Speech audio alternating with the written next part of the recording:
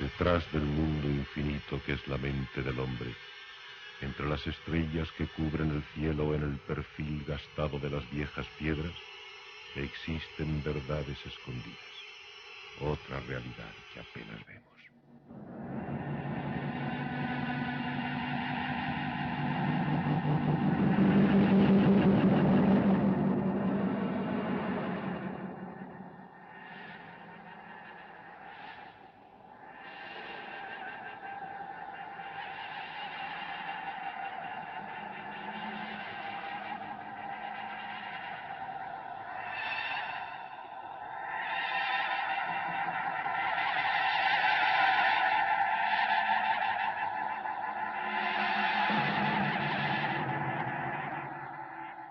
Buenas noches.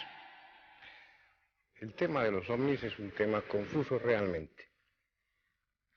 Decimos cosas nuevas a veces, nuevas para unos cuantos, conocidas para algunos menos, pero yo estoy seguro de que hay personas que nos contemplan con una sonrisa de superioridad.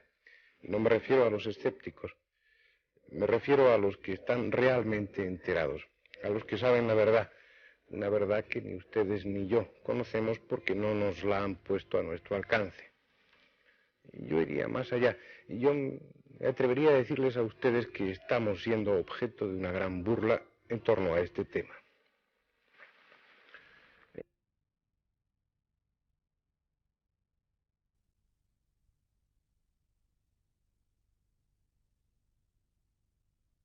Información posible, requisan incluso y a veces roban descaradamente toda esta información, la archivan con el epígrafe de alto secreto y ello no es inconveniente para que después, sin un ápice de sonrojo, digan tranquilamente en sus informes que los ovnis no existen, que debemos dejar de preocuparnos por ellos. Yo les quisiera a ustedes advertir que no entráramos en el juego. Realmente las cosas no son así. Se lleva con absoluta seriedad, se lleva con excesivo rigor a veces. Se piensa que puede influir este tema en organismos como los de defensa de cada gobierno y es prácticamente imposible llegar ahí. Habrá un momento, tal vez, puede que no tarde mucho, en que la gente, las personas como usted y como yo, podamos tener acceso a eso que ahora en este momento se considera alto secreto y por tanto no puede ser difundido. No hagan ustedes caso de informes como los que ahora comentaremos a lo largo de este programa. No entren ustedes en el juego porque realmente esos informes son una cortina de humo. Tal vez sea mejor comenzar haciendo un recorrido a la historia actual de los ovnis para entender mejor este problema. Hay una fecha que ya es clásica para los estudiosos del tema. El 24 de junio de 1947, Kenneth Arnold, un piloto civil, un hombre de negocios, volaba con su avioneta sobre el monte Rainier en Washington. Participaba voluntariamente en la búsqueda de un avión de transporte desaparecido. De pronto, a su izquierda, aparecieron 9 objetos que volaban en fila, a unos 2.000 kilómetros por hora. Según diría más tarde el propio Arnold, cada uno de ellos medía unos 35 metros de diámetro. Los describió como unos extraños platos, aludiendo a su forma, y este término lamentablemente se ha hecho popular. Arnold era una persona conocida, con excelente reputación, y nadie dudó de su palabra. Qué hermosos tiempos aquellos en que la palabra de un hombre bastaba para hacer verosímil un relato. Los periódicos se ocuparon del caso y desde entonces no han dejado de hacerlo. Hay otro motivo muy poderoso para que el arranque de esta historia, el arranque del mito ovni, surgiera poderoso, fuerte y captara la atención del público. Unos meses más tarde del testimonio de Arnold tuvo lugar un suceso dramático, el llamado caso Mantell, que la mayoría de ustedes conocerán. Fue la primera agresión o defensa por parte de un ovni y Mantell fue la primera víctima. El lugar, Madisonville, en Kentucky. La fecha, el 7 de enero de 1948. La hora, las 14:45. Thomas Mantell, capitán al mando de una escuadrilla de Mustang F-51, fue informado de que se había visto un ovni sobrevolando el aeropuerto militar de Gotman y recibió una orden muy simple: intercéptenlo o acérquense lo suficiente para observar sus características y dimensiones. Mantell, al frente de su escuadrilla, lo vio y emprendió la persecución. Entre él y el coronel Hiss, comandante de campo, se cruzaron unas cuantas frases que ya están por derecho propio en la historia del tema OVNI. Lo estoy viendo. Parece de metal. Me encuentro debajo mismo. Es enorme y vuela a la misma velocidad que yo o un poco más. Me elevo a 7000 metros. Dios mío. Veo personas dentro. Le sigo. No puede elevarse más de 15.000 metros. Pero el objeto sube cada vez más. Bien. Si no logro darle alcance, abandonaré la persecución.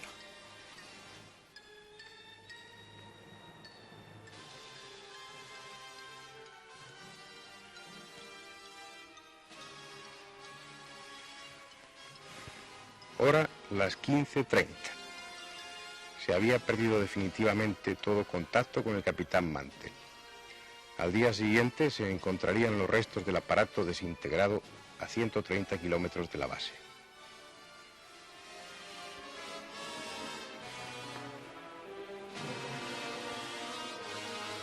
El informe oficial diría que Mantell murió al desintegrarse su aparato persiguiendo al planeta Venus. No olviden ustedes, esto ya lo discutiremos, no olviden ustedes que Mantell estaba persiguiendo, tratando de interceptar este aparato porque recibió la orden al haber sido visto este objeto volando sobre una base militar. No olvidemos la acción, no olvidemos que hay un movimiento, que Mantell perseguía un objeto y que en un momento incluso dijo ver gente dentro de este aparato.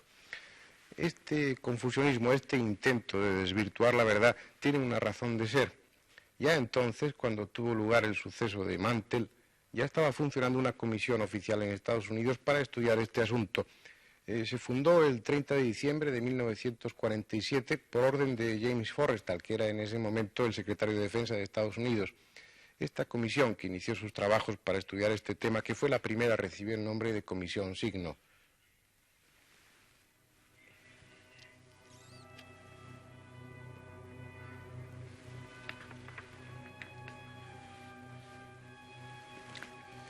En julio de 1948 se elevó un informe definitivo en el que se llegaba a la conclusión de que los ovnis eran vehículos interplanetarios.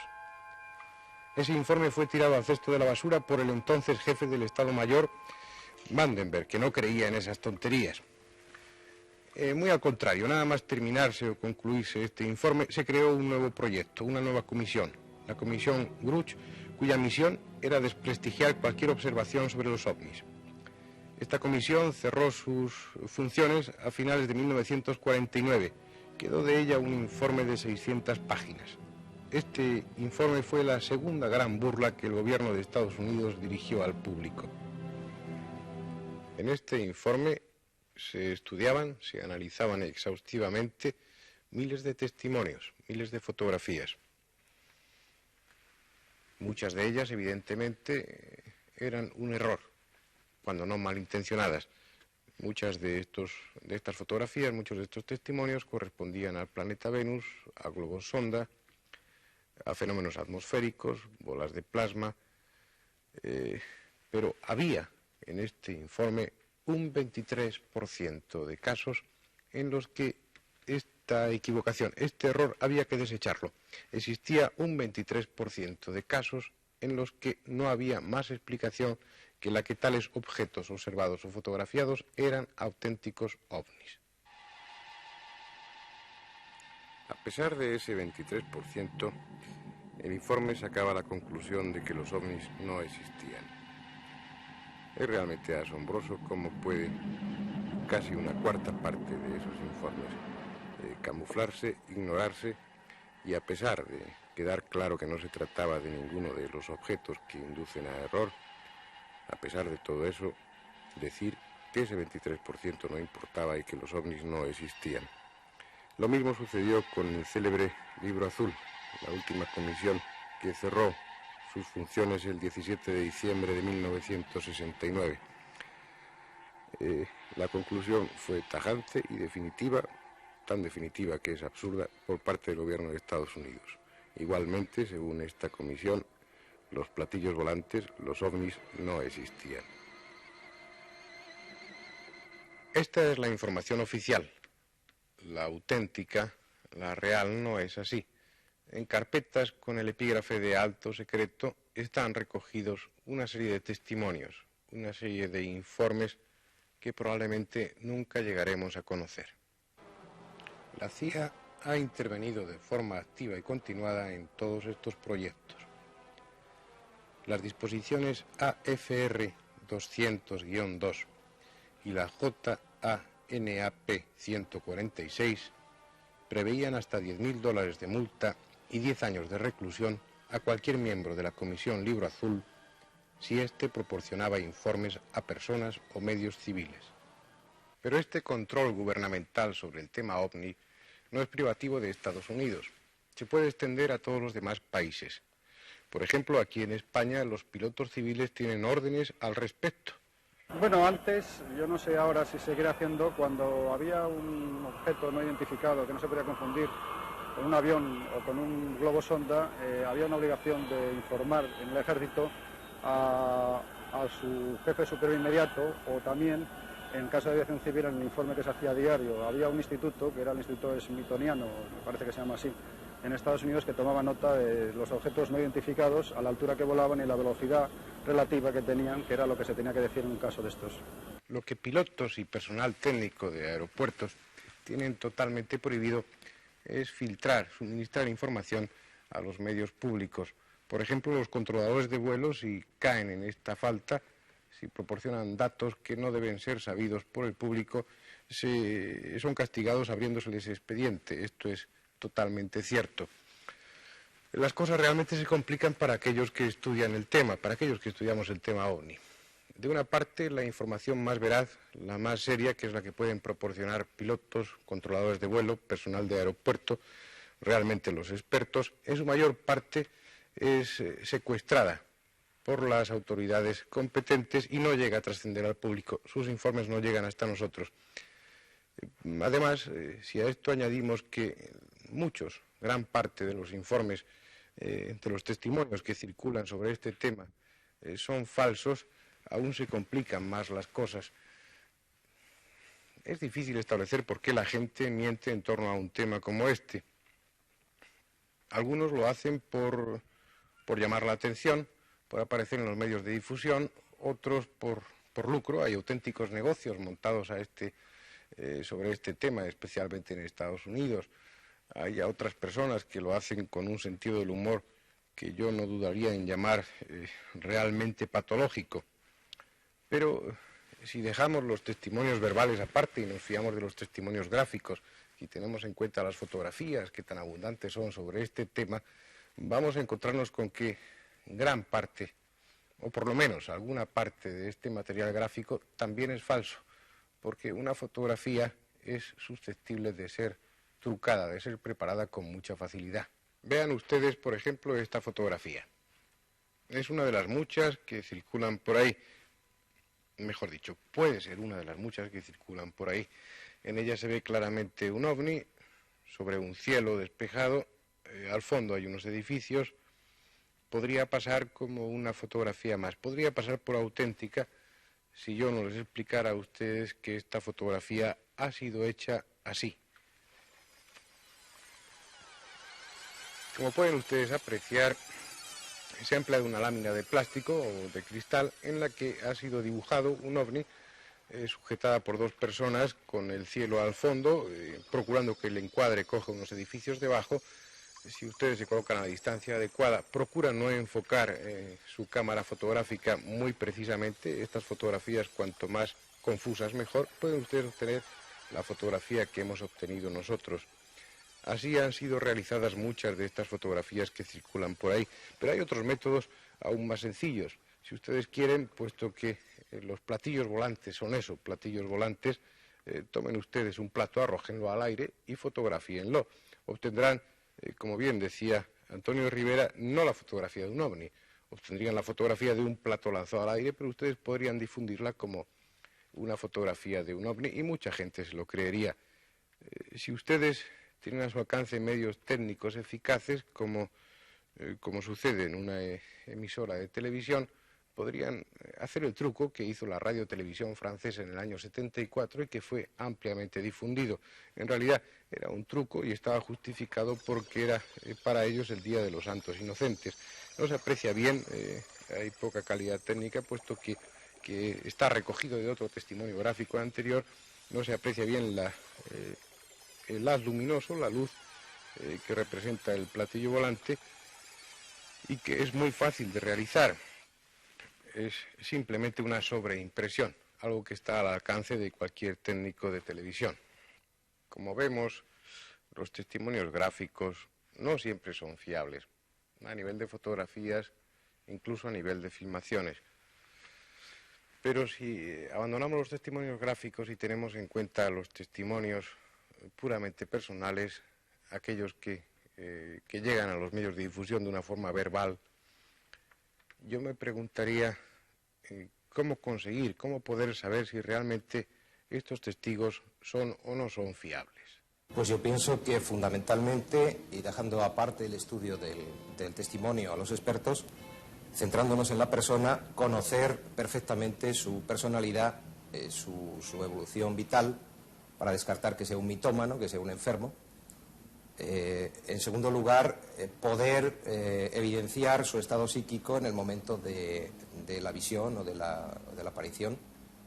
Y en último lugar, poder también descartar que haya un beneficio de lucro, o bien sea material o moral, en el sujeto que está prestando el testimonio. Tenemos que aceptar que en determinadas condiciones el planeta Venus parece que puede confundirse con un ovni.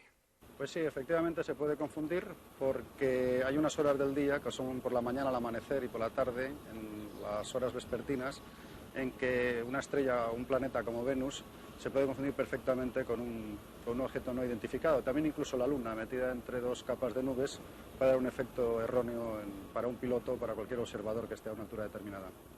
Lo que sí es claro es que astrónomos y fotógrafos, periodistas que volaban a bordo del Concorde en junio de 1973 para fotografiar el eclipse de Sol, no se confundieron con el planeta Venus cuando fotografiaron este extraño objeto no identificado que ustedes ven en sus pantallas. Si hablamos de personal experto, si hablamos de testimonios fiables, porque la identidad del testigo, por su profesión, por sus características, es de tener en cuenta, yo consideraría que los testigos más idóneos serían los propios astronautas.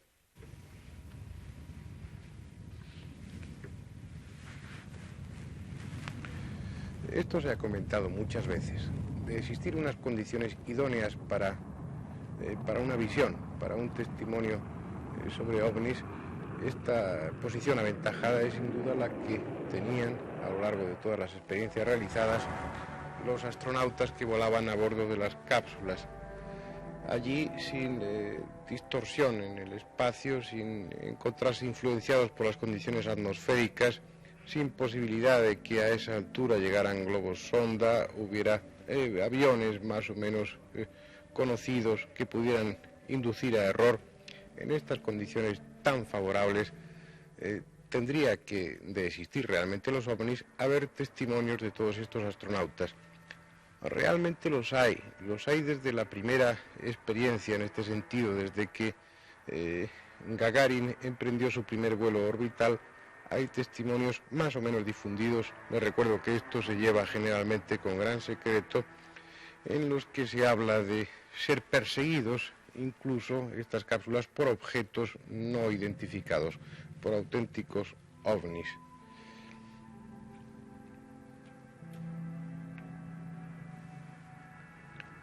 Si unimos a estas condiciones favorables el hecho de que estos pilotos, estos astronautas, son auténticos expertos, podemos dar toda fiabilidad a las fotografías que estamos viendo en este momento. Por ejemplo, esta, que fue obtenida a bordo de la cápsula Géminis 12, y esta también el 12 de noviembre de 1966, o esta un poco más confusa, obtenida el 12 de septiembre de 1966 a bordo de la cápsula Géminis 11. Esta es una ampliación es un conjunto de luces, un conjunto de objetos luminosos no muy claros, aún más confusos este otro, obtenido a bordo de la cápsula Apolo 11 el 16 de junio de 1969. Estas fotografías, aunque la NASA no se ha pronunciado muy favorablemente y se ha visto obligada por la presión que ejercían los medios de comunicación a difundirlas, son realmente uno de los testimonios más objetivos y más claros que hay. Esta, por ejemplo, obtenida durante el vuelo del Géminis 12, según los expertos de la NASA, podría ser una reflexión de uno de los elementos que tenía la cápsula, producto de la reflexión del Sol sobre él, aunque siempre habrá testigos y habrá testimonios que permanecerán en el enigma. Testigos y testimonios aparentemente fiables para algunos, muy dudosos para otros, que han sido estudiados con verdadero interés, como el matrimonio Hill, este matrimonio que ustedes recordarán, estoy seguro, muchos de ustedes lo saben, fueron perseguidos y más tarde capturados por los tripulantes de un ovni, llevados al interior del aparato y sometidos a una serie de estudios, de reconocimientos, de análisis. Parece claro que para tener un mejor conocimiento de nosotros los humanos y después vueltos a poner en su coche en la carretera y abandonados. Este matrimonio Hill, en su historia había, mejor dicho, 2 horas que no existieron, 2 horas de las que no guardaban memoria. Este asunto fue llevado al cabo de algún tiempo de suceder por un psiquiatra experto y por medio de sofrosis, por medio de una hipnosis profunda, llegaron a poder reconstruir lo que había sucedido en esas 2 horas. Se ha escrito mucho sobre este tema y hay un libro que ha alcanzado una gran divulgación en la que está perfectamente descrito. No obstante, el estudio que se hizo, bien hecho, realmente bien hecho, aún así hay tantos factores que pueden influir sobre él que no están las cosas muy claras, pero mucho más confusas están aún sobre uno de los testigos, uno de los protagonistas típicos del fenómeno ovni. Me estoy refiriendo a Adamski. Adamski, el astrónomo aficionado, Adamski que es casi la picaresca del tema ovni, Adamski que ha sido uno de los que más han contribuido a dar a este fenómeno, a este tema de los ovnis, un carácter de mito. Era un astrónomo aficionado que poseía un restaurante al pie del Monte Palomar, como ustedes recuerdan, uno de los observatorios astronómicos más importantes de Estados Unidos. Tenía 2 telescopios, uno de 6 pulgadas y otro de 15, a los que había adosado una cámara fotográfica. Pasaba el tiempo rastreando el cielo y así consiguió fotografiar decenas de ovnis. Este, que ven ustedes, fue uno de los más impresionantes. Realmente, si hemos de ser sinceros, hay que confesar que este ovni tiene un aspecto extraño, un tanto sospechoso. Parece sacado de una novela de Julio Verne. Esta es otra fotografía del mismo objeto, pero no solamente fotografió sus aparatos, sino que, según él, habló con los tripulantes, a los que describió más o menos como aparece en este dibujo. Incluso, según cuenta el mismo Adamski, fue invitado en más de una ocasión a hacer un recorrido por el cielo, a visitar planetas, algo demasiado fantástico para ser creído. Ahora verán una serie de fotografías de las decenas de fotografías que él obtuvo. Ahí ven un típico cigarro volante. Adamski publicó libros, dio conferencias y transmitió el mensaje de los venusianos, porque según él, estos extraterrestres con los que estableció contacto eran venusianos, transmitió su mensaje a todos los que quisieron escucharle, que realmente fueron muchos. Hubo otros, la mayoría que no creyeron nada. A nosotros, como ya les decía antes, nos parece demasiada ciencia ficción. No creemos tampoco casi nada, pero seguramente nos equivocamos. Digo que nos equivocamos porque poco tiempo, unos 2 años más tarde, tuvo lugar un suceso que echó por tierra toda la teoría de los detractores. 2 niños ingleses de 13 y de 8 años respectivamente fotografiaron en su país este objeto. Desenfocado, puesto que la cámara no estaba preparada para la distancia, además era una cámara no muy buena, pero aún así esta fotografía, este objeto, echó más leña al fuego, creó muchos más problemas, porque al hacer una proyección ortogonal de esta fotografía y del objeto de fotografía Adamski, quedó de manifiesto que se trataba del mismo tipo de vehículo, del mismo aparato. Es decir, lo que Adamski fotografió 2 años antes que estos niños era el mismo objeto. Ahí al menos Adamski no mentía.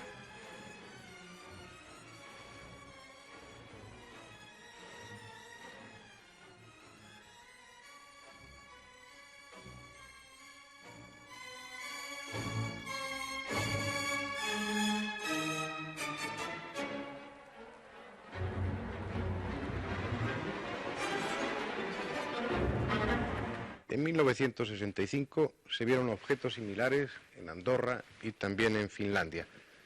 Sí es cierto que Adamski se disparó al hablar de este tema. Lo que parece claro es que respecto a la fotografía de su célebre ovni, la más divulgada, no mentía realmente. La confirmación de estos niños en Inglaterra, la confirmación de los testimonios abundantes en Andorra y en Finlandia parecen no dejar lugar a dudas. Tema muy confuso, muy difícil de interpretar este de Adamski. ¿Hasta qué punto él estaba hablando de la verdad? ¿Hasta qué punto dejó volar su fantasía?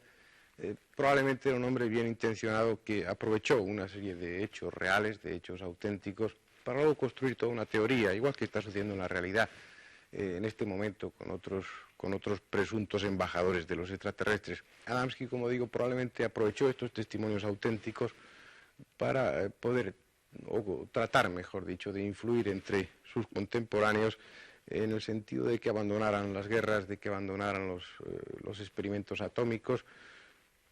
Nunca sabremos realmente si los extraterrestres le hicieron mensajero a él o no, pero es tan de ciencia ficción, es tan bonito todo lo que él cuenta que es difícil de creer. De todas formas, a pesar de estar desprestigiado, a pesar de estar insultado por los periódicos, por los medios de difusión, Adamski sin duda prestó servicios muy importantes al gobierno de Estados Unidos.